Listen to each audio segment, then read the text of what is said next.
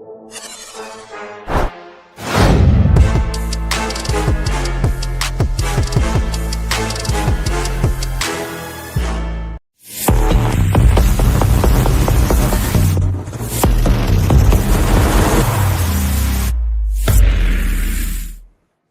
got a best of 3 series on our hands, people. The Edmonton Oilers, they held serve over the weekend, back-to-back huge wins at Rogers Place, and all of a sudden, the momentum has completely flipped in this series. It's the first of 4 wins to move on, and to do that, well, the Edmonton Oilers are going to have to win one game eventually at Crypto.com Arena, which is exactly where Game 5 is going down. Why not tonight, Coombsy? We got Game 5 action coming your way. Oilers, Kings, Kings, Oilers. But hello, what up, and welcome to Pregaming with Bordzy, brought to you by Sherwood Ford, the Giant, and of course, a presentation of Bet 365, because whatever the moment, it's never ordinary at Bet 365. This evening, I am joined by Coombsy, your first playoff edition of Pregaming and your first Greta Bar playoff experience this season. We all lived here throughout last year. You were sitting right here with me for Game 7 of Oilersnation After Dark. This series has been a roller coaster, Coombsy. This whole Greta experience has been a roller coaster. We are riding that roller coaster. Very excited for our evening tonight. Vibe check, Coombsy. How we doing? I think the vibes are good. I mean, if you're the Oilers, you have all the momentum right now. You just won your 2 games at home. And, yeah, of course, the LA Kings are maybe the best home team in the NHL this season, but the Oilers just won games 3 and 4, come from behind wins in both of those games. Those are games where the LA Kings can look back on it and think, geez, we should have had this. We should have locked this down. It was right there. They had to go back on a flight back to Los Angeles with horrible vibes after those 2 games, and they're going to have to re-find themselves that same energy they had before Game 1, coming into this series when they earned themselves home ice advantage. They did their thing, won those first 2 games, and then went into Edmonton. They really could have come back up 3-1, and they blew the opportunity. So it's going to be hard for them to find that energy again. I feel like all the pressure's on the Kings right now. It has completely flipped, like I said, and Game 4 just another in a long list of coulda, woulda, shouldas for the LA Kings against the Edmonton Oilers. We'll get into it a little bit later on. That is not the first time it has slipped out of their hands, the LA Kings. But let's get caught up in the chat right now. Of course, you guys know the drill. Southpaw's in and says, hope will never die. Cup, yeah, Brett. Cup, yeah. There he is. Couldn't get his mic down in time. Mr. Burns says, let's go, Oilers. I wish I could still be soaking in the vibes in Edmonton. I do too, but Pre-Gaming and After Dark will get me through. That's what it's all about in this chat. And for those of you who don't live in Edmonton and are missing out on Greta, that's why you get to be. We're going to be at Greta pre and post all playoffs long. She says, feeling like maybe it'll be a Hyman and a Nuge night. Also adds a simple cup year. Cup year. Veronica, let's go Oilers. Let's go, of course, with cup year in there as well. Cheryl's in. Get fired up, y'all, because it is a cup year. David's in. This is everything to me tonight. We'll go through the numbers. They are drastic. Cannot be more important to get the first goal. The start is going to be crucial tonight. Crypto.com Arena is no Rogers Place crowd, but we've seen the importance of scoring first, especially on home ice. Shea's in. Kane is going to shine tonight. He's been getting some shine in the last couple of games. Back-to-back 4 shots on goals from Evander Kane. We like that one in Bordzy's bankroll. David also said McDavid over under 4.5 points tonight. I'm not taking the under. What about you, Coombsy? I'm going the over on that. Of course you would. I also saw Lance's in here, and he said Oilers in 2 at one point. I can see him right there. So shout out. He is literally maybe 15 feet away from us outside. And then also Mackay and Dry adds Cumsy. So there's that as well. So we've got, absolutely right. We've got that to start with. Sheen's in and says, who's going to Greta? Well, the entire Nation crew is going to be down here this evening. It's an away game, which means it's a full-on Nation run event, baby. We got trivia, prizes, giveaways. I just stand up on the bar and start throwing merchandise at anyone who's willing, anyone who's nice to me, anyone who's loud in this bar usually walks away with probably specifically some oil up merchandise. Hope will never die on the back. These ones are absolutely beautiful. Coombsy, shout out to Greta Bar. This will be your first one this season. Let me just tell you, Friday night, oh boy, was it loud in here. It was packed asses to elbows. Not the same crowd on Sunday, but I said Sunday was strictly business. It was about getting a W, winning that game, sending it back to crypto. But what are you going to get for food tonight at Greta Bar? That's the big question. That's actually a good question. Maybe I'll just drink so many Guinnesses that I don't even need to worry about a meal. It's just I'll get that liquid loaf of bread into me and probably be fun. I call it liquid lunch whenever you want to do that. K-Waddy also says sweet vest Coombsy. Thank you. I got this at Winners at Wem. I really recommend Winners at Wem, man. I recommend Winners for absolutely everything. It's pretty much, well, I get half of my wardrobe from nationgear.ca and the other half comes from Winners. Sprinkle in 5% for my mom whenever she decides to buy me a nice gift. But come on down to Greta. It's going to be fantastic. Before we unpack anything about the Edmonton Oilers and the LA Kings Game 5 tonight, I want to start with some positive news, some good news, because Coombsy, Brett, Rick Tocchet is out as head coach of the Vancouver Canucks, baby. Clap it up. See ya, pal. Feels very good. We all know what went down last season in round 2 of the NHL playoffs. Something feels like for me, the Vancouver Canucks fans and that organization flew a little too close to the sun, got a little too burned, and boy, oh boy, have they really, really started to fall apart. There was also a hilarious tweet that was mentioned earlier today. I forget where it was, but basically it was saying that I believe Jim Rutherford called Quinn Hughes, and he said, normally he answers all of my phone calls or returns them within the first 30 minutes. I hope that he was golfing today because it's been an hour and a half and he's yet to return my phone call. Hey? That guy. You got to keep him away from microphones. It's whenever he does a presser, you go, oh shit. Canucks Army's just. I was just about to say, I'm sure David Quadrelli every time is just like, oh shit, what's it going to be today, baby? But Rick Tocchet, I was the Canucks coach. It's a disaster over there in Vancouver, and I couldn't be any happier. Yeah, this is the second time in 3 years, of course, that the Edmonton Oilers have just shoved a knife or a sword or like a headshot of a Pacific Division Canadian rival. First, it was the Calgary Let's get more Flames. Graphic with what that could have been. I was just trying. I was like, you know what? No, it was worse than a knife or a sword. It was a curb stomping. It was like the American History X curb stomping. Great pull. Is largely what it was for the Calgary Flames, of course. Johnny Gaudreau, who winds up passing away tragically, leaves the team in free agency. Matt Tkachuk demands a trade. Flames implode 2 years later. Vancouver Canucks, same sort of thing. Like, who are they going to lose? It looks like that entire core is on its way out. Quinn Hughes. If they wind up losing Quinn Hughes, then I'm not really sure how you're the Vancouver Canucks and you feel good about anything. Because, I mean, credit to the Calgary Flames. After getting spanked by the Oilers in 2022, they've done a fine job of turning things around. I think you look at the Flames and you think this team has a fine future. But the Canucks, I don't really know where you go from here. They feel dead in the water right now. Amanda, the Canucks need new ownership so badly. K-Waddy, the unraveling on the Canucks is just next level, and that's the beauty of it, because it really feels like a lot of it is just self-inflicted wounds, self-inflicted gunshots. Plaxico Burress. The Canucks should hire Mark Messier to be their president and GM. That's who they need. He's already made so much money off of that organization. Time to bring him back. You know, I do have his email. I do have Mark Messier's email. I had to email him a link for Oilers Nation every day for the interview. I've got some contact information. We get that done, Mackay and Dry. It's like the Grim Reaper meme. Canucks organization down. Next up, it's gotta be, is the LA Kings. Especially, if they don't win this year, they've got to give up. Right, that's kind of the vibe. It feels like up 2-0 in this series, and then quickly the pendulum has swung all the way back. As I mentioned, the Oilers hold serve, not over until somebody's losing at home, but round and round this first round series goes, brother. Last week, it was a dark time in Oil Country. I remember Oilers Nation every day on Friday. That chat, pretty dejected. We were trying to be positive. We were really splitting hairs on the positivity there as well. And we joked, man, I can't wait to be back in the studio on Monday when the Oilers tie it up 2-2 with some miraculous wins.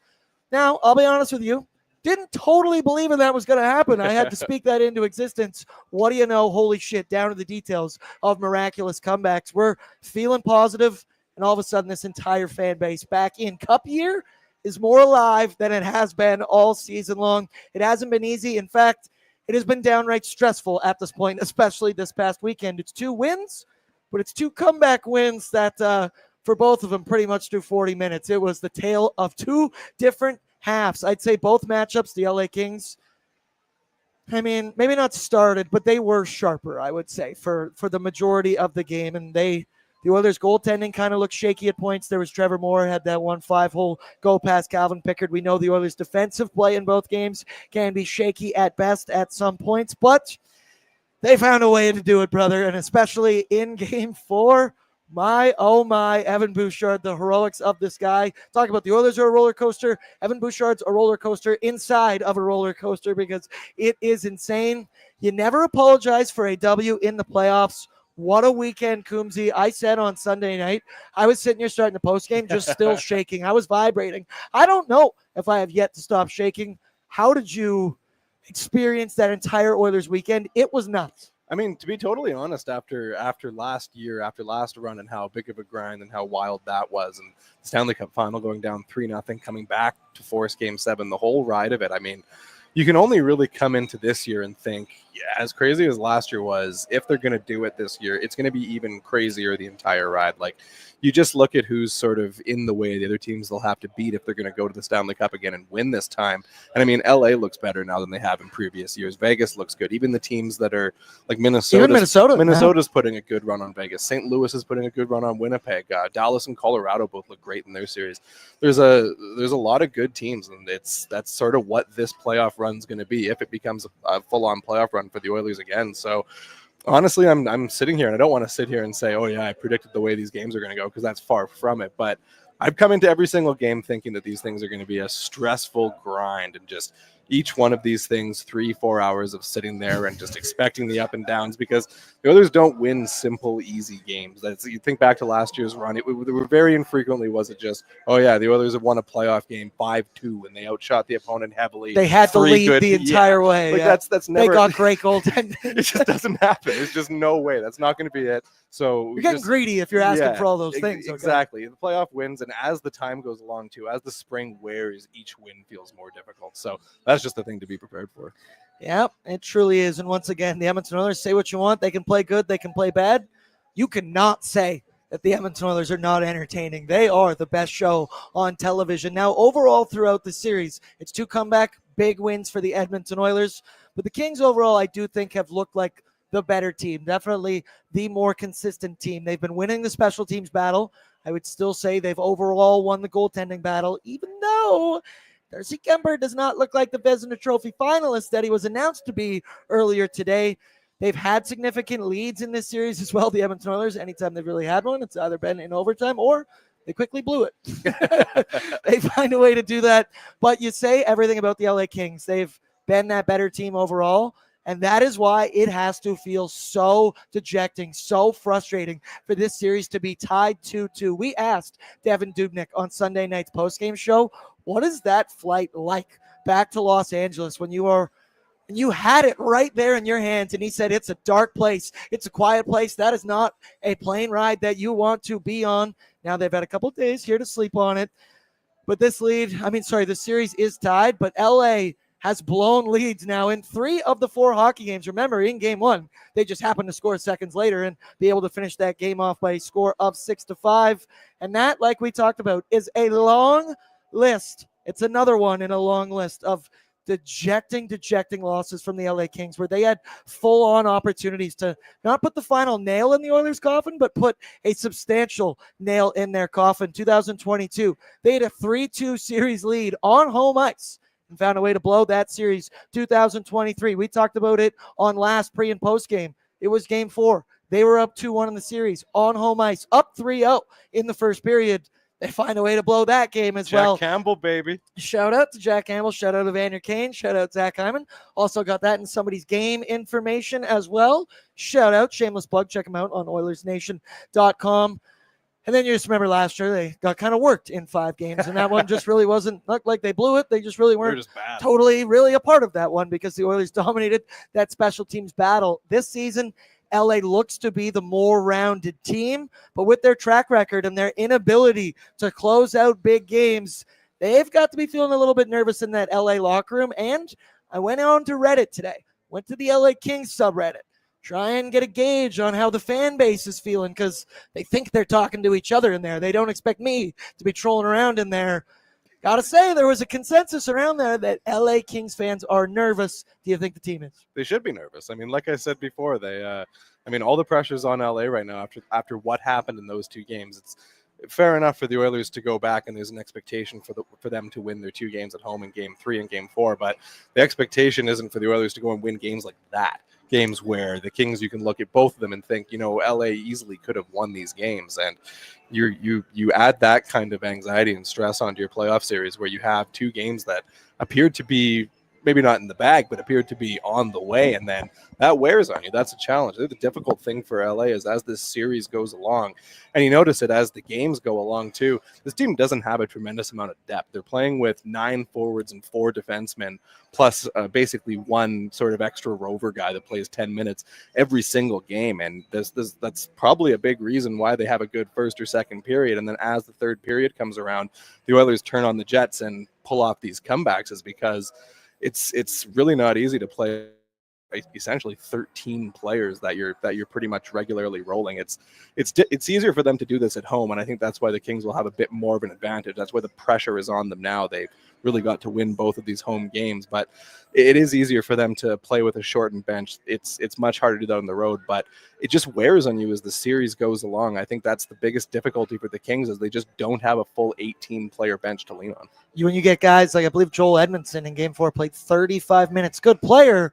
How's that going to hold up as the series continues to move along? Jeff Skinner, why were we told LA is a deeper team this year? I don't believe that. Yeah, No? I mean, compare Edmonton's fourth line and LA's fourth line. Like the Kings. I'd so much rather have Corey Perry, Matthias Janmark, and Trent Frederick. Exactly. It's not even close. Like the Kings aren't even comfortable playing the players in their fourth line more than 4 or 5 minutes a game, whereas the Oilers, players in their fourth line could be players on a third or even a second line on a lot of different teams. Like Corey Perry's playing first line minutes. A lot of what fans are pissed off when you compare the depth this year to last year, and it might not look the same, but it's still better than the depth of a lot of teams. Brett, you had some? Yeah, I do the same thing as you whenever the Oilers win a game and go on to Reddit. So does Sassy Girl Oil fan. yeah, I saw that. I went on to their Reddit later that night, and all it was fire Jim Hiller. If we lose this series, So much. oh my God, Jim Hiller has lost us this series. The fans, and apparently according to the fans, the consensus with the fans is that the players have lost it as well with Jim Hiller.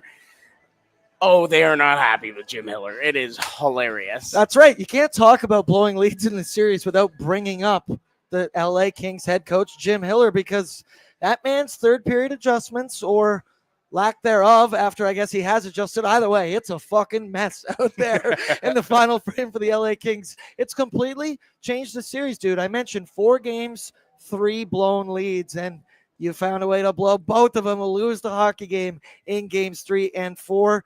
And I got to say, the last one was weird, right? Because he's shown he's just going to roll those 3 lines and that 4-man defensive unit. Even when it gets to extra time in overtime, you could tell guys like Vladislav Gavrikov just simply had nothing left in the tank when we got to overtime. And the Oilers, while still dependent more on 97 and 29, are more willing to play the rest of their lineup, has the confidence out there. Nothing weirder than Jim Hiller's press conference after Game 4, when I believe it was our boy Dennis Bernstein who asked him, hey, dude, what's up with the third periods? You seem to have been blowing 3 out of 4 games here.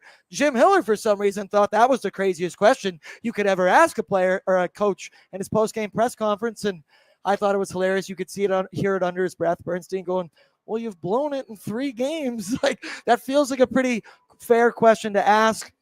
Brett, you just mentioned it online. All the fans be ripping on Jim Hiller.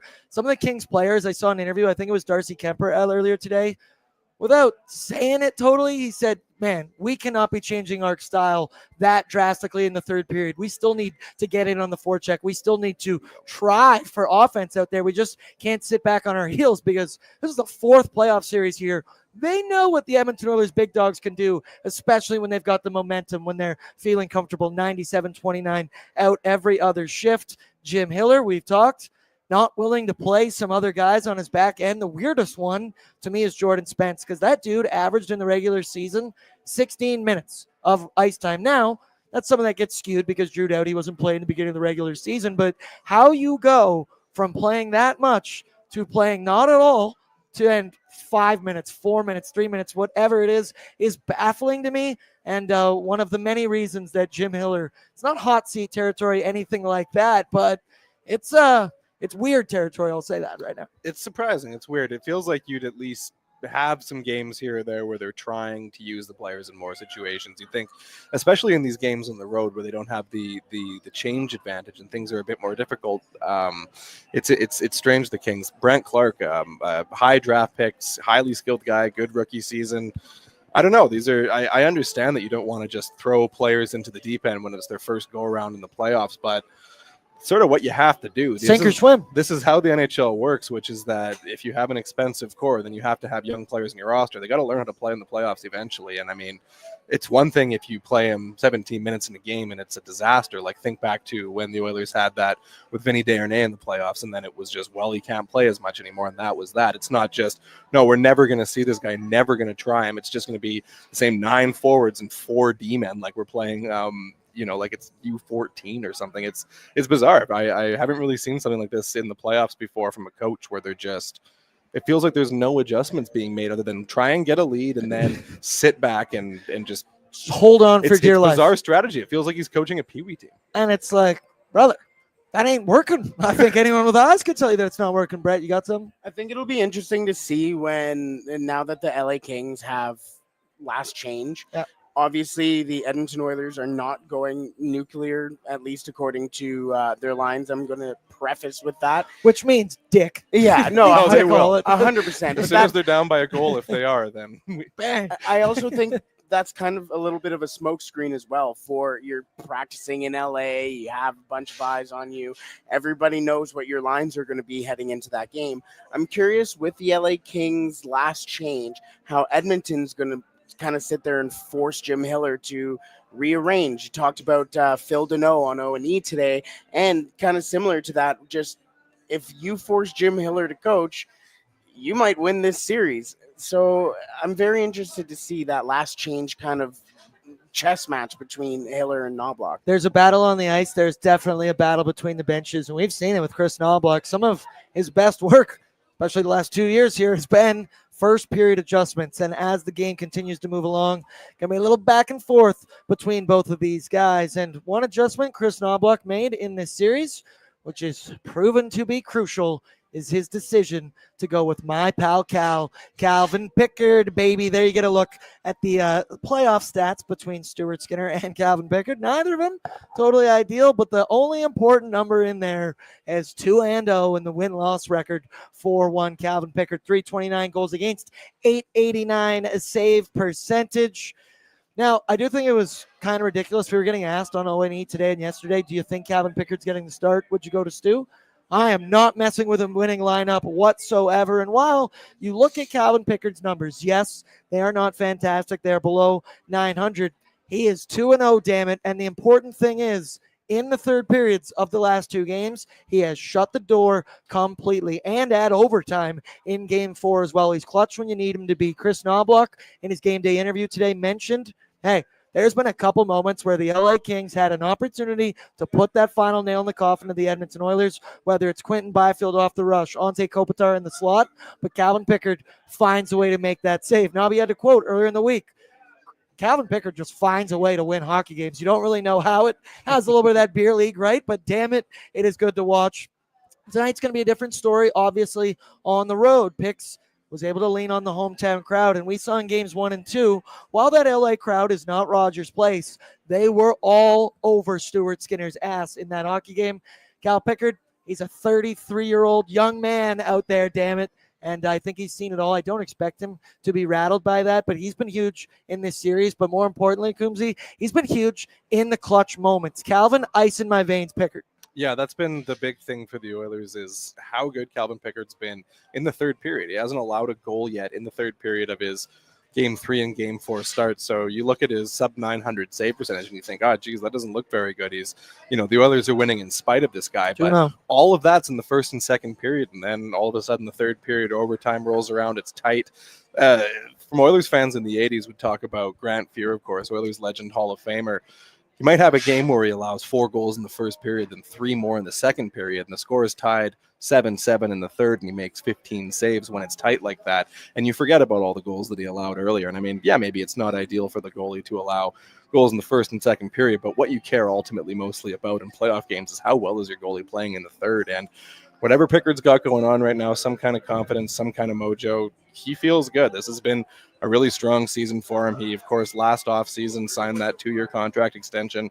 He's just feeling it right now, and the Oilers have to lean in and keep going with it. I mean, at some point, yes, during this playoff run, if they go all the way, then, yeah, they're going to have to go to Stuart Skinner again. It's not going to be Cal Pickard playing every single game, but wait until he has a bad night to pull him out of the net, because you can't just get rid of the hot hand like that. You put your best foot forward right now. That foot is Calvin Pickard without a doubt. And, dude, that's just what he does. He wins hockey games. He finds a way to do it, and he can dig in deep. I want to give some love here to Odd Company Nation Beer Everyday Lager. Perfect for game day. Perfect for every single day of the week. Pick them up 2 Edmonton locations in the city, or simply check liquorconnect.com. And then I got need-to-know info courtesy of Wilhauk Beef Jerky. Only the finest tasting meat products earn that Wilhauk name. Made from a 100% Alberta beef, their jerky is aged, seasoned, smoked, and marinated to savory perfection. They gladly fill orders of any size. You can find their jerky, sausage, other products exclusively out of their Leduc location. For more info, head to WilhaukBeefJerky.com. It looks windy as shit outside right now, so if you're thinking about being in the moss pit, you're going to be a little chilly. It's nice and warm inside Greta Bar Yeg right now. Reminder, we have our Nation event going on. For your need-to-know info, the Oilers skated earlier this morning. Brett, if you want to pull up the lines that we have here, courtesy of our pal Tony Abrar. You see it, RNH, McDavid, Hyman, Pods, Dry, RV, Kane, Rico, Brown, Freddie, Yanni, Perry, and then it's Nurse, Bouch, Wallman, Klingberg, Kulak, Emerson. But as I always say, a depth chart with Chris Knobloch is just simply a recommendation, because in Game 4, McDavid, Draisaitl played just over 15 minutes together, 5v5. Now, that also came in some overtime. Your guess is literally as good as mine when it comes to who's going to play with who, whether that's the forward group or on the back end. As for that decor, Troy Stecher is officially healthy. He could, if need be, play in this hockey game. Skated this morning, however. Nami has elected to trot out the same 6-man unit from Game 4. That 6-man unit that saw 5 players play over 25 minutes a night, and Ty Emerson play below 9 minutes a night. The Oilers, 25-17 in Game 5s in their history. 12 of those wins coming on the road. And speaking of Game 5s, Leon Draisaitl, 15 points, 10 career Game 5s, 6 goals, 9 assists. He's also riding an 18-game playoff point streak against the LA Kings.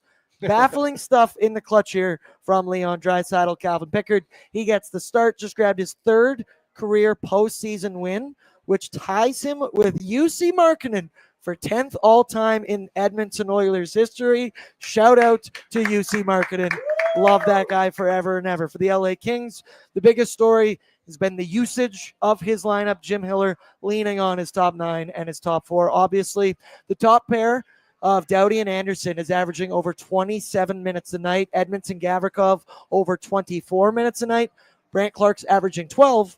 Well, Jordan Spence is averaging 6 minutes and didn't even play in the last hockey game. I mentioned he averaged 16 in the regular season. What a drop-off. What did he do to the coach? What did he do? Wrong answers only in the chat. What did he do to really cross Jim Hiller? Because there's a lot of jokes I want to make here, but I'm not going to make them, but you guys can make them in the chat. It's no different in that forward group. They're only playing their 3 lines. 4th line, barely seeing the ice. And then, of course, Darcy Kemper, he's going to get the start. He was officially nominated for the Vezina Trophy earlier today. Kemper, Hellebuck, Vasilevsky. Wonder who it's going to be. Also, yeah, totally, right? I mean, like, it's like, yeah, participation trophy through and through here for Vasi and Kemper. But I will say the weird part, all 3 of those goalies are having rough Stanley Cup playoffs so far. If you look at their numbers, all 3 of them below 900. We all know about Connor Hellebuck's struggles. Vasi, same applies to him as well. And then Darcy Kemper. He's been good and struggled at points in overtime. Darcy Kemper was making electric save after save. His glove hand rattles my cage, man, because he does the 1 windmill per period. And that's when you know a goaltender's feeling it, because they're unnecessary windmills at points, I feel like. But damn it, they got swag with them as well. Let's go now. Sherwood Ford Giant storyline brought to you by Sherwood Ford, the Giant, because they got gigantic Nation Valet service going on. It's simple. I tell you all the time, doesn't matter what make or model you drive. The staff at Sherwood Ford will come to your home, come to your workplace, pick up your vehicle, drive it to the shop, service it, do whatever needs to be done, and they will drive that bad boy right on back to you before the workday's even over, before you've even had a chance to leave your home. The Giant for a reason. Also, shout out Giant Mike, because he was a star in today's Sherwood Ford game notes video that they sent us. And frankly, he's a star in every single game notes video that they send us. Coombsy, my storyline is that, once again, not must-win territory. Technically, I called games 3 and 4 must-wins, or can't lose, whatever you want to say. But, hey, that's kind of how I feel tonight. It has the feeling I want to ask Devin Dubnick about it, of whoever wins this game to me is going to win this series. Now, technically, when a series is tied 2-2, winner of Game 5 goes on to win it 79% of the time. But if the Oil can grab this win and drag them back to Alberta in Game 6, you got to be feeling pretty good. The pendulum completely swinging back the other way. As for a key to victory, score the first goal. I cannot put enough emphasis on this. It is a race to 1, because it looks like in these teams' history, whoever scores the first goal is going to win the hockey game. Over the last 4 playoff series between these two teams, the Oilers are 12-1 when they score first. They are 1-0 this postseason, and when they score first in LA, they are 5-0 over the past 4 postseasons. LA 7-2 when they score first. So it really doesn't take a genius to crack this code. Start fast, start strong, get that first goal. Coombsy, you got a storyline or a key to victory? Yeah, I think my storyline is whether the LA Kings are going to expand their lineup beyond those 9 forwards and 4 D-men. Are we going to see some sort of shuffling if the Oilers pull ahead early, like you just said, went through all those numbers?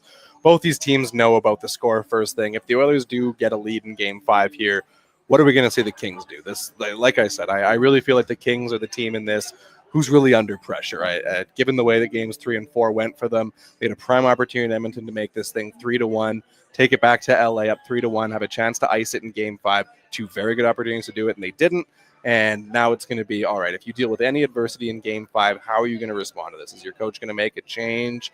What's it going to be? And so far this series, it's just been, let's keep rolling. Let's just keep going with the guys that got us here.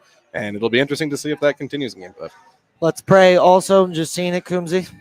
The harmonica ladies are in the building. Uh-oh. Buckle up, boys. Kazoo's back. Fight the harmonicas with kazoos. That's what we're going to do here in Edmonton. Bert, you can pull it up one more time for me. Yeah, there's DJ Bean. He was on this early. Biz Nasty's been on this one following it. Hey, Brett, you said that you didn't like the harmonicas because of the LA thing. I was chirping them at the very beginning. We got to go quick here through some things. I was chirping them beginning of the series because Game 1, entertainment capital of the world. The fuck are you doing? The more this goes along, the more they commit to the bit, I do start to respect the harmonicas. Brett, how do you feel? No, get over it. You literally just said they're the entertainment capital of the world. Yeah, but now it's kind of funny. Yeah, Games 1 and 2, haha. Now you guys just lost 2 straight, and now it's down to business. And you guys aren't going to have fucking, I don't care, Lil Nas X do the, anybody. Have anybody but the Korean City harmonica barbecue. I don't know what it is. It's better than harmonicas. Are you kidding me? It's awful. I think it's so stupid. You in or out on harmonicas? I'm fine with that. Sure, why not? I'd rather not listen to the Star Spangled Banner. I'd rather just hear the harmonica. Apparently, the manager here, Greta Bar, used to be like a professional singer. He sang the anthem at Rexall Place twice when he was 18. Yeah, he told me this. I told him, "Can we mute the TV today?" And you do. Yeah, belt it out. He goes, "Is that egotistical?" And I went, "No, you're fighting fire with fire, brother. You're going at the harmonicas."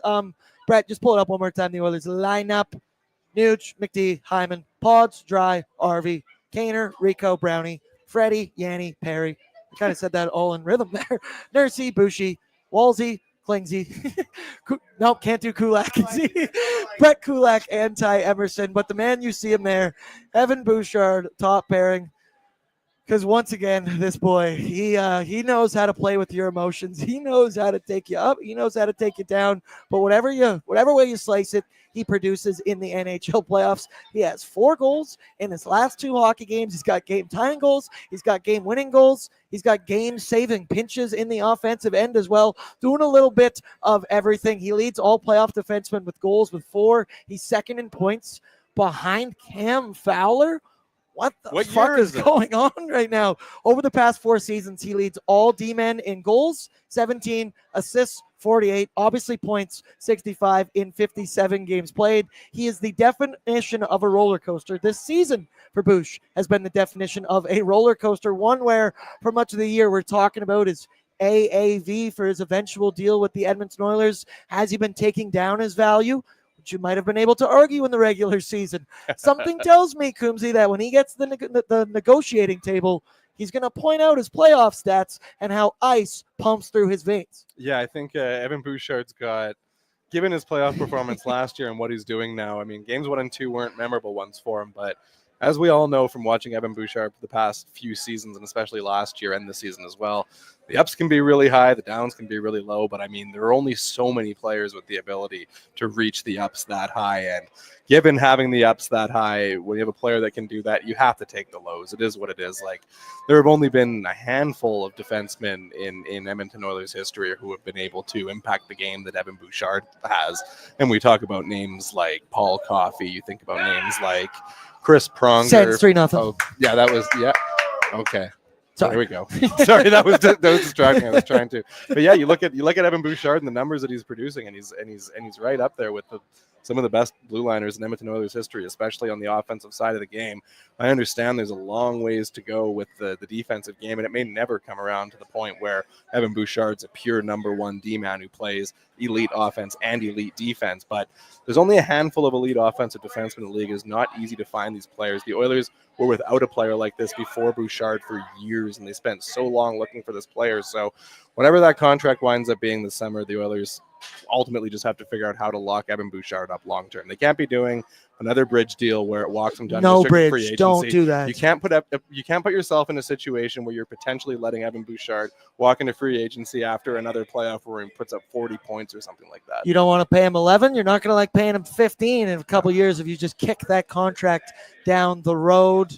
Shout out to Sens, baby. Sens are in session, baby. Never say die, brothers. Shout out to them. Shout out to the Oilers power play and PK. Special teams battle, obviously massive in any series, specifically through games 1 and 2. The Oilers power play is scored in back-to-back games. And while in game 3, they did get scored on. The Kings were 2 for 2 on the power play.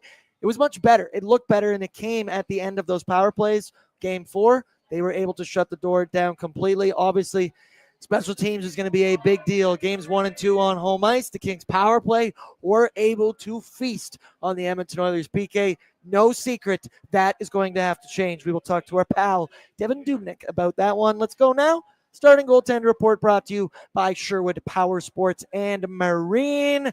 Spring has sprung. It is right around the corner as well. Time to go searching for some outdoor toys. They got scooters, ATVs, dirt bikes, motorcycles, boats in general, whatever you can imagine, they've got it there. Also, fish and tackle gear, all kinds of stuff. If you're an outdoorsman, you should be going to Sherwood Power Sports and Marine.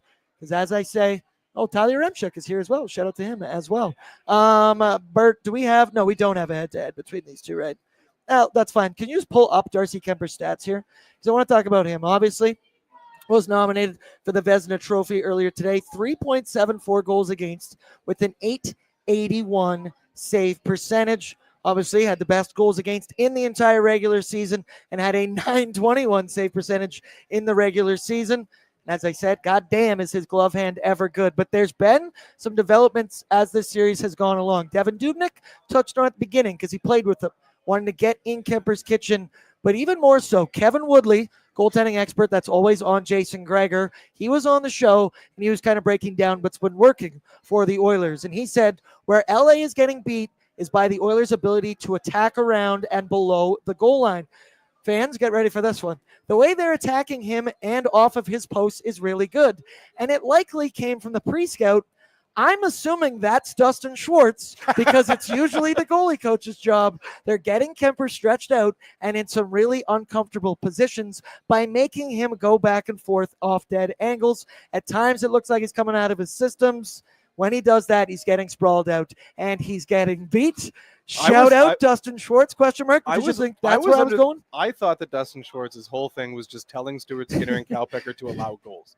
That's what he's been doing here for 25 years. When I read that today, I was like, holy shit, I have to bring that up in the chat right now because we've all discussed I don't totally know what a goalie coach does, but everyone there we go. pretends to know what the coaches do. Nobody does. Two things. Shout out Dustin Schwartz. That might be the first positive thing. I want to see positivity in the chat right now regarding Dustin Schwartz. And the second one is kind of sounds exactly like what Devin Dubnick had said. Obviously, Darcy Kemper, still one of the best in the league. Still a tough guy to beat, especially on home ice. But the Oilers have found something. We even saw it when they're coming back in every third period, just taking pucks, chaos, find a way. It's playoff hockey, baby. Yeah, that's exactly it. I mean, when you have a goalie like Darcy Kemper, he had a really excellent regular season. I mean, getting in his grill, frustrating him.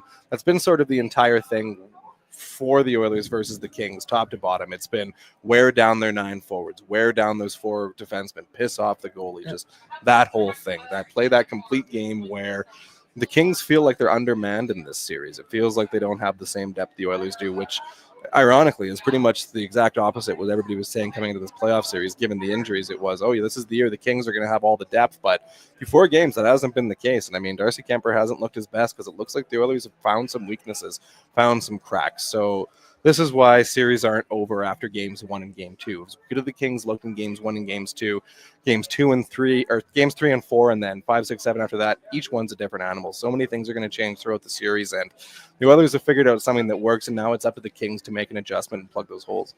And hopefully they do not do that. Obviously, Calvin Pickard, he's going to get the start.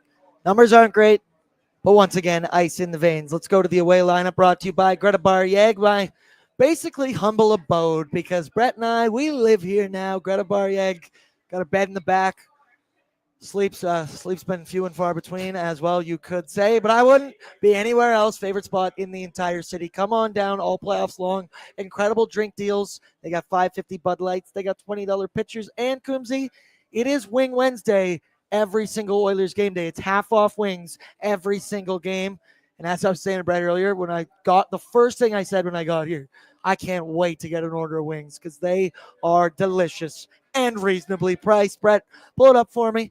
The projected away lineup: top line, Kuzmenko, Kopitar, and Kempe. Kevin Fiala with Quinton Byfield and LaFerriere on the second line. Warren Fogle with Philip Deneau. Oh, I just hate that guy's face. With Trevor Moore on the third. Jeff Malott, Sam Hellenius, and Alex Turcotte will enter back into the lineup tonight. Trevor Lewis is going to come out. D pairings: Mikey Anderson with Drew Doughty. Joel Edmondson with Brant Clark. Jordan Spence with Vlad Gavrikov. Now, in English, I would look at those D pairings and move Vlad up instead of Brant Clark, because you can expect those 4 dudes to be playing substantially over 20 minutes. Adrian Kempe, he's been the biggest thorn in our side this entire series. Games 1 and 2, well, he lit it up, brother, when he was on home ice. You're going to need to stop him tonight. Obviously, that is much easier said than done. The LA Kings lack the elite top-end skill that the Edmonton Oilers have, but Adrian Kempe is the closest thing, and he makes me nervous whenever he's coming down the wing with speed. Yeah, it feels like a lot of different times in this series we've seen Adrian Kempe with the puck on his stick in Edmonton's zone for a shocking amount of time, just straight. Just coming in straight in the goalie, looking at the net, winding up his shot, and you're just kind of like, did everyone's controller disconnect? What's going on here? Why is this guy, specifically this guy, who, not even just this year, it's just we've seen so much of this guy over the past few years. He scored so many goals against the Oilers. I know it's a cliche thing to say, why aren't they covering this guy? I mean, there's plays to get open and whatnot, things that players do, but man, it's wild the amount of times you just see Adrian Kempe with the puck on his stick for a shocking amount of time in the Oilers zone. I mean, simple thing to say, but cover that guy. Stop him. Yeah, don't let that guy do that. Stop letting him shoot. Anybody but that guy. I swear, there's one guy on the Kings who can score goals against the Oilers, and it's Adrian Kempe. So, yeah, and as I mentioned in games 1 and 2, he was an Edmonton Oilers killer. Ty has a bet that Connor McDavid will lead this series in points, which you would normally think is a pretty safe bet. Well, Adrian Kempe is tied with him with 9 points so far in this series. Let's go now. Bordzy's Bankroll, brought to you by Bet365. Download the app today, whatever the moment. It's never ordinary. Want to get in on the action for the Stanley Cup playoffs? Well, at Bet365, they got you. From game props, player props, totals, and the money line, you can even bet on futures like series winners, conference champions, the Stanley Cup champions, and much more. Whatever your bet is, it's never ordinary. Download the app. Get in on the game. An official partner of the Stanley Cup playoffs. Must be 19 or older. Please play responsibly. And as I always say, only bet what you're willing to lose. Be smart out there. But Bert, let's pull it up now. The 3 options I'm going with this evening. First one, Ghana McDavid, 2+ points. Did we mention it before? It's absolutely nuts that Connor McDavid to get 2 points is just even money. It's just plus 100. It was at 105 earlier this morning. Well, everyone bet it. It goes down to plus 100. The second option, Evan Bouchard to get 3+ shots, currently minus 115. I love the value on that pick. May I remind you, Evan Bouchard had 9 shots on goal in game 4. He's been fantastic. He's also hit this in 3 out of 4 games so far this series. And then the other one, it hit for me the last game, and it hit substantially. So I'm going right back to the well. Evander Kane, 2+ shots, minus 150. He had 4 shots on goal in the last game, 4 shots on goal before that. He also has 18 career points in 21 career postseason games against LA. And then even furthermore, I crunched the numbers. He's got 82 shots in those 21 games. That is an average of 3.72 shots per game. I just need 2. So I'm feeling pretty good about that. You parlay those bad boys together, you're getting a nice juicy plus 600. I would also say honorable mention, Darnell Nurse, 2+ shots. He's hit it in 3 of 4. And one that I'm really kind of betting with my heart is the Edmonton Oilers to score the first goal of the hockey game. Talk to Dubes about it in a second. Minus 120. You need to do it. Who scores first wins this series or wins this game. It might inevitably win the series. Coombsy, which of these 3 bets do you like the most? I feel like the Connor McDavid one feels like you can't say slam dunk, but that's what I'm going to go ahead and say because I don't know what else to say. But I like the Evan Bouchard one. It seems like a fun one to me. He's really been the star of the past couple of games, and it's always kind of entertaining when Evan Bouchard becomes the main character on the Oilers because it always seems like it's bad. It's entertaining. Yeah, it's bad games, and then it's this good stuff here. It never just starts off as, just playing kind of innocuous hockey, not really noticeable, and then he pops off with 4 goals in 2 games. It's bad games and then amazing games with Bouchard, and I feel like we're in that Bouchard hot streak right now, so I'd ride it all the way. Yep, when you're hot, you're hot, and he might just be a playoff performer. Let's go now to our new friend Devin Dubnick, and his appearances are brought to you by Tourism Jasper. This summer, find your happy place in Jasper. From hiking trails, paddling wild waters, or sharing laughs by the fire, happiness finds you here. Jasper is open, vibrant, and ready to welcome you back for more unforgettable moments. So drive over, play outside, soak up the fresh air, enjoy some food and drink, and maybe even stay up late. Me? No way. Now our guest, I know he's been staying up lately because he's in the central time zone. It's our pal, Devin Dubnick, former Edmonton Oilers goaltender, who's got a new episode of Ask Doobie dropping tomorrow on the Oilers Nation YouTube. I was actually in the room while they were recording it today, and even I was just sitting there with like my ear to it, just like, man, this is some good stuff I'm loving here. Devin Dubnick, how are we feeling? Vibe check from you. Oilers fans gauging the vibes around here in the bar so far. I've been asking everyone, confidence level out of 10. The majority of people are well above 8.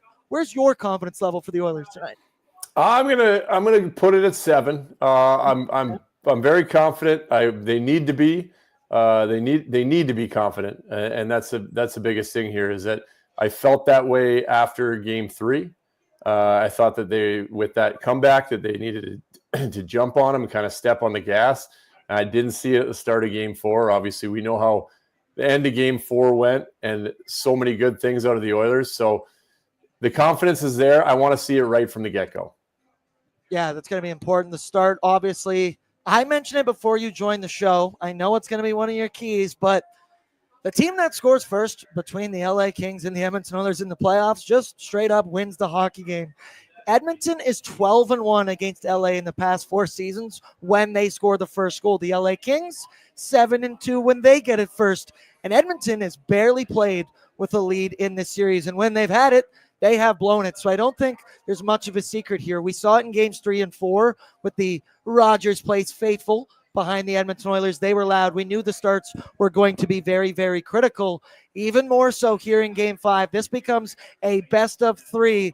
And I think the start of tonight's hockey game is going to be paramount. It's huge, and especially in LA. The starts in LA haven't been good. They've been okay. I would say Game 1 was okay, but they do have to go back to the well on how they were playing in overtime. Now, easy to say it's overtime. They're pumped up. They're in Edmonton, so it's going to be harder to do. but they have to play with that aggression, that energy, and that jump that they had. I found they've just been flat in LA. Again, it's a different ball game. You're in the visiting rink. The energy level is different. LA is matching lines differently, so it is more difficult. But I want to see Edmonton go to work from the start and not kind of hang back and see how this game's going to go, because that's when they end up in trouble, where it's 1 goal and then it's 2 goals. And hey, listen, comebacks are a blast. They're not sustainable. Maybe they are if they're the Edmonton Oilers and you got Bouchard scoring 4 goals in 2 games. Maybe you'll get another 2 tonight. I don't know. But I would like to see them go right from the get-go back to that aggressive style that they had in overtime, because the Kings just can't. And I don't think LA is going to go to an 0-5 forecheck, which is essentially what they were doing. At the end of the third period, trying to preserve the lead, and almost even in overtime. They were trying it, and Edmonton was doing a really good job of just getting pucks deep and going to get them and wearing them out. I don't think they'll go to that to start today. I guess we'll wait and see. But the Oilers got to get a jump early in a game here and just take it to them. You also mentioned how you want the Oilers to be aggressive. I'd say the one thing, and I know we'll touch on the PK, the LA Kings PK was aggressive to start the series, and I think that's where they were kind of pushing the play when the Oilers had the advantage. But be aggressive, and you said specifically defending entries and the D zone. Could you elaborate a little bit more? Yeah, the zone entries, that's what I really noticed in overtime. And again, it might have been exaggerated because they were spending so much time in the offensive zone that LA was tired when they were coming up the ice. But the key to this is you have to have support from everybody. If you're going to be aggressive, you have to trust that your other guy is going to support you. If they do get the puck past you, you take your guy out. You have to trust that your guy's not getting beat up there, so it's not going to be a wide open play. So the thing is, you see in previous games when the Oilers did sink back. Look at the 6th goal, the game-winning goal against in Game 1. When they do sink back, that opens up those pass lanes for LA. You guys were talking right before I got on about Adrian Kempe just having a full head of steam down to shoot. Well, that's what happens when you play passively and you back up. These good players, they're going to find lanes, they're going to get flying, they're going to stop up and hit these guys coming down. And these shots are dangerous. And what you saw, not really in the third period as much, because they were just pushing, but even in overtime, is they're aggressively closing guys off as they cross the blue line, and LA really couldn't have anything. But that energy and that jump needs to happen from all 5 guys so that they can trust each other doing it, because the problem with being aggressive is if one guy is and the other guy isn't backing up, then it's a 2-on-1 or a breakaway. So I really, really liked what I saw from Edmonton in that overtime of just literally giving them nothing. Now, to go back on that too, you want to be careful that you're not only giving them breakaways. But so there is a time and a place. But what I've mentioned before, what I saw is that passive, where it's a drop pass and a pass across and a guy coming down with a whole full head of steam. And we've seen Adrian Kempe doesn't miss much. That's just not a look I think you want if you're the Oilers. Yeah, speaking of that, and guys like Adrian Kempe getting all these great shots, the Oilers' penalty kill got really carved up by the Kings in the first 3 games of the series. And then finally in Game 4, the penalty kill for Edmonton came through and stopped everything, all the man advantage opportunities the Kings had. What was it that they did differently in Edmonton in Game 4? And do you think this is something that they'll be able to take on the road with them to LA in Game 5 again? I think it is. I still didn't love their in zone. I didn't love their in zone PK, and it goes back to that kind of passive approach. I'm not really sure watching it. I'm confused as to why the winger seems to follow the guy down the wall to the corner, but he's not really going after him. They're obviously that's what they want. They're trying to get the puck pushed back up to the blue line and switch. But he follows him down to the corner passively, and then the puck moves out, and that's where they've been getting picked apart. Comes up to the blue line, the guy's got room. He goes over to the other side. He's got time with it, and then they're going cross seam to Fiala or Kempe with a full head of steam, and that time is just creates chaos. I think they're being too passive on the setup. I still think they were last game. The reason that they were able to kill the penalties were clears. It's challenging the zone entries and the dump-ins and getting the puck down the ice. You get 2 or 3 clears in a penalty kill. It doesn't allow the team to set up for extended periods of time, and that's how you kill penalties. And right now, that's going to be the key to Edmonton's success 100%, because I still don't love their in-zone setup when LA does get set up. But if they can get 2, maybe 3 clears in a power play, you only have to kill off 15, 20 seconds of zone time. So you mentioned the Oilers need to make some adjustments when they're on the PK. It's been argued online that maybe Jim Hiller should be making some adjustments, but don't fucking tell him that, because he's going to tell you, if you're a reporter, that that is an unfair question to ask. I don't know if you saw his interview, his press conference after Game 4. It was very weird.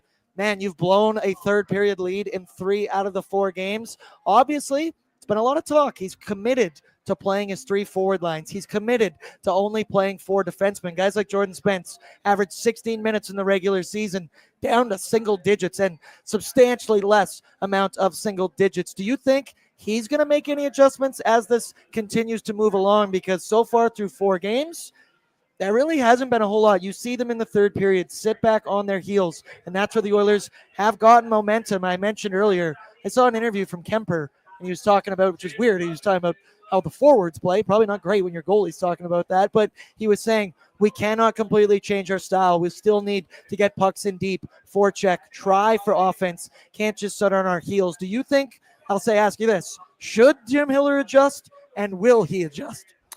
Well, I think it's going to depend on the game. I don't think he'll adjust immediately because of the success they had at home, and maybe he gets a little more line matching in there.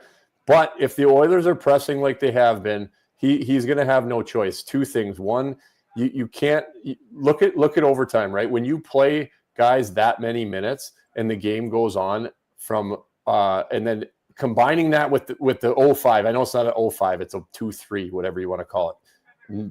0 forecheck. They just sit back and they try to force them to dump. It's painful to watch, but regardless, they get worn down. So now you're playing that where you're constantly going back to get the puck. So you got 4 D-men who are constantly going back to get the puck and getting hit. You got forwards who are constantly playing in their end. Now those minutes matter because you saw in overtime they didn't have energy to go the other way. They spent all their energy defending, trying to go turn around, go get pucks, get hit, buzz around. Oilers buzz around a little bit. By the time they got the puck out, they had nothing left. And the longer that game goes, the more evident it was. Look at the game-winning goal.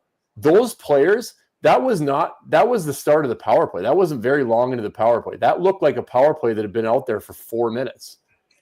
But it's because those are all the guys that just spent 18 minutes of overtime turning around and going to get the puck and getting run over. The power play started and they shrunk into the Latvia box to try to like that was not the LA Kings penalty kill that we saw the entire time, but the guys that were on it were exhausted. So he has no choice but to make a change, or for our sake, hopefully he doesn't. Yeah, let us pray. Let us pray. Let us pray. I also think there's a realm like, dude, we're only 4 games in the NHL playoffs. If you continue to keep playing these guys this much, fatigue in game 5, 6, 7, God forbid. No, I'm not going to touch. Nope, not even going to touch. Not even going to mention where I was about to go with that. That would be a bad omen. Devin Dubnick, want to hear a funny story I heard about you earlier today? One of my buddies, a random guy, so he said he used to go trick-or-treating by your old house. Said that Devin Dubnick gave out full-size King chocolate bars back in the day. So shout out to you. That was the first question I asked him. He also said that one time you came to the door when he was trick-or-treating, and your dog just went sprinting out of the front door and was running all over around the neighborhood. I just took those as very, very awesome stories. But Doobie, what's your first one? What's your favorite king-size chocolate bar? And second one, give me the score prediction. Give me an anytime goal scorer for the Edmonton Oilers tonight.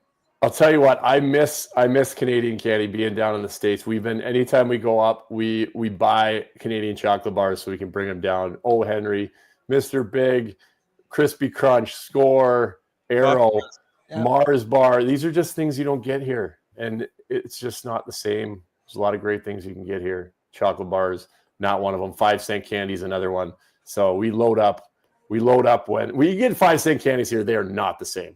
It is not the same. So we load up when we go back home and bring them back. So we got a little pantry I got to stay out of. But tonight I'm going to go 5-2 Edmonton. I am really hoping. I'm hoping for the foot on the gas. I'm hoping for a I want to see a domination from start to finish here, where they get up 3-0, 4-1 kind of deal, and just take it to them. I think if they can just jump, because there is that seed of doubt in LA right now. And if they can do that to them at home, it's going to set them up so good going forward. And it's not easy to do, but I think there is a window at the start of this game to really step on their necks.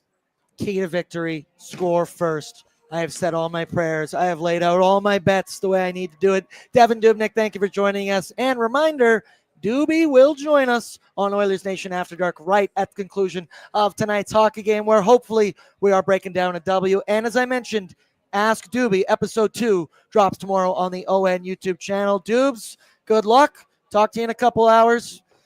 See you guys in a Nervous, bit. but I'm confident. Peace out. There we go. Doobs brought to you by Tourism Jasper. I also want to get into the super chats. We got a couple of them. Reminder, your super chats are in support of the Ben Stelter Foundation, cause near and dear, Mackay and Dry, Bordzy Bars, part 15. Just like some ropes will never tie, dope will make me fly, cope helps me not cry, and grope should be tried in court. Hope will never die. Lost me for a little bit there on that fourth one, but then he brought it back. Bob Stauffer, $6.99. We still don't have a win in there. Brand yet. I think he meant barn. Got to have our best 60 minutes of the series tonight. Let's go Oil. Bordzy, fire us up. I will add Brett. Cup you. Thank you very much. And also just final housekeeping notes. Give me your score prediction, anytime goal score. I'm going to say this is going to be a 4-3 Oilers. It's going to be a tight one. The Oilers are going to score first, but the Kings are going to take a lead, and then they're going to blow it. I'm going to go, I think the over continues to cash. I like the way Dubes is thinking. I'm also going to go 5-2 for the Edmonton Oilers. I'm feeling a front to back. Oilers score first, get the first goal, minus 120 on Bet365. Bert, what about you? Then we'll head out. 6-4 Oil. Oh, sorry. 6-4 Oil. I think anytime goal scorer, let's sit on a, you know what, Vasily Podkolzin. I think I said it like last game as well, but I think there will be an empty netter in this one. That would be beautiful. That'll do it for us on the Oilers Nation YouTube. Pre-gaming with Bordzy. Remember to like, subscribe, tap that bell, get all of our information, because all playoffs long, we're coming at you, and we are coming at you live from Greta Bar. We will talk right here on this YouTube channel right after the game. Hopefully breaking down that W. Like I said, I got to go host an entire event. Also, a nice front-to-back game, score first. That would be nice in Greta Bar tonight, because something tells me we're about to have an evening. Coombsy has his Greta Corp coffee right and ready in front of him. Coffee. I love a good brew. I'm having my first coffee ever. So excited. Like Peyton over there behind him. I love you all. Peace out. Throw down your like. Over and out. We'll talk later.